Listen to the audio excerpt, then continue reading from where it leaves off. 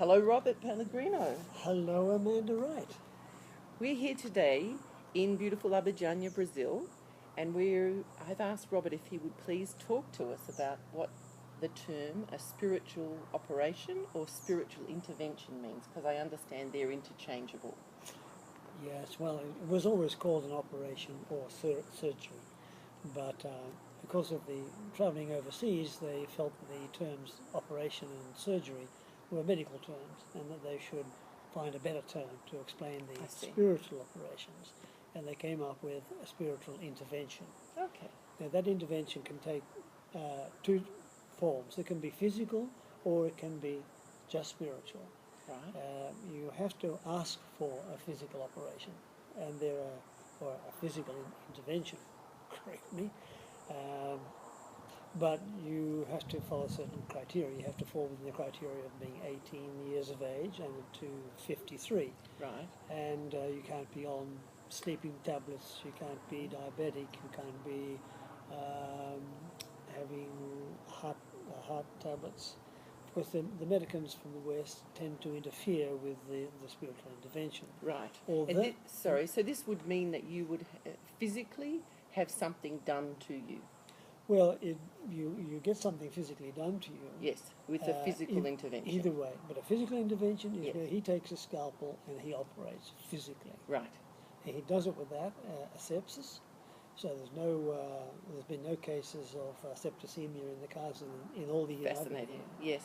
In fact, they say in the last 47 years there's been no cases of septicemia. And of course, he doesn't use any anaesthetic. He uses a spiritual anaesthetic.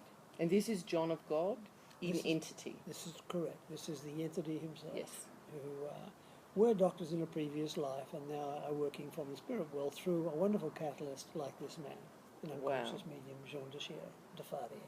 Yes.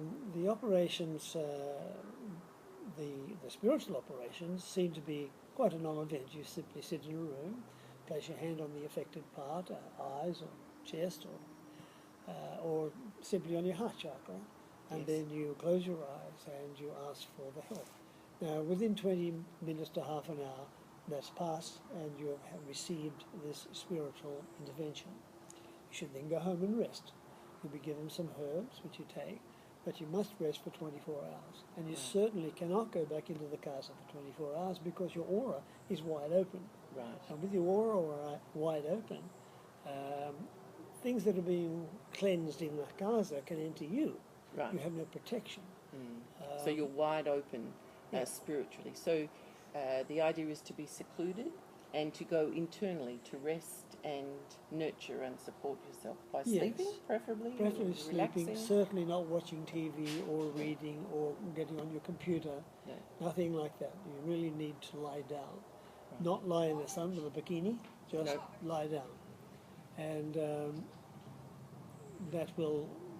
then after 24 hours you're able to go back to the castle. Right.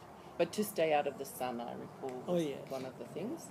And again, is that because your energy body is open? And the sun itself is a very powerful energy. Yes. You know, we are, after all, light beings. That's right. Fantastic. So you can either have the physical intervention with the instruments, or you can have a spiritual intervention, and that can also provide exactly the same type of healing, but you don't require the physical instrumentation. There's no difference in the results. Yes. Some people just want to experience a physical operation without anaesthetic. Right.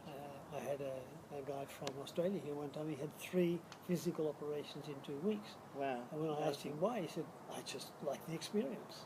It's rather strange because it's not that well, hopefully he had a lot of things done to him to make him better. So thank you very much, Robert, for explaining that. You're welcome. And I understand that the next in the series we're going to be talking about your own experience with a physical operation. Yes, my own intervention. Fantastic. Indeed. Thank you so much, Robert. Thank you, Amanda. Terrific. Bye.